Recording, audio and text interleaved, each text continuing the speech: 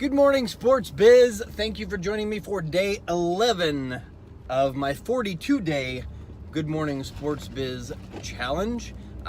Today, we are going to talk about vinyl relationships. My wife and I have been listening to a lot of records lately. I love music, and I love listening to music on vinyl. I have a record player that I've had for a number of years, and my wife and I have been buying a lot of records lately. I already had quite a few, and I love the practice. I love listening to music on vinyl on a record player because I love the relationship it creates with the music. I think music is valuable enough and something you have to work for. I think it should be something you have to work for.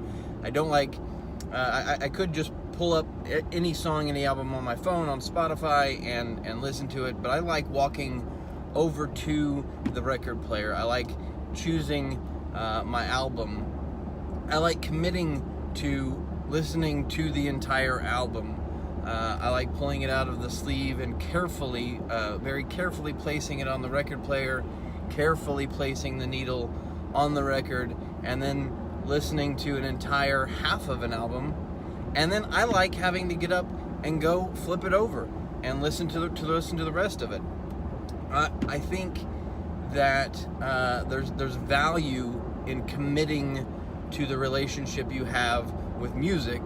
And this is a perfect expression of it, and I think that the reward you get from listening to music in its purest form on vinyl, it sounds better. I just love everything about it, and it got me thinking. And this is something I wrote about years ago, but I'm excited to bring it back up.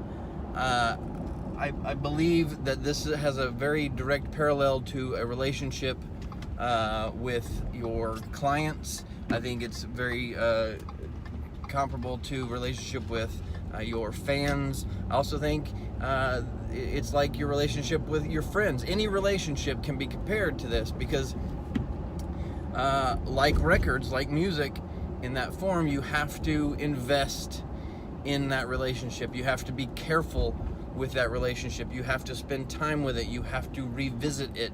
You have to go to it. You have to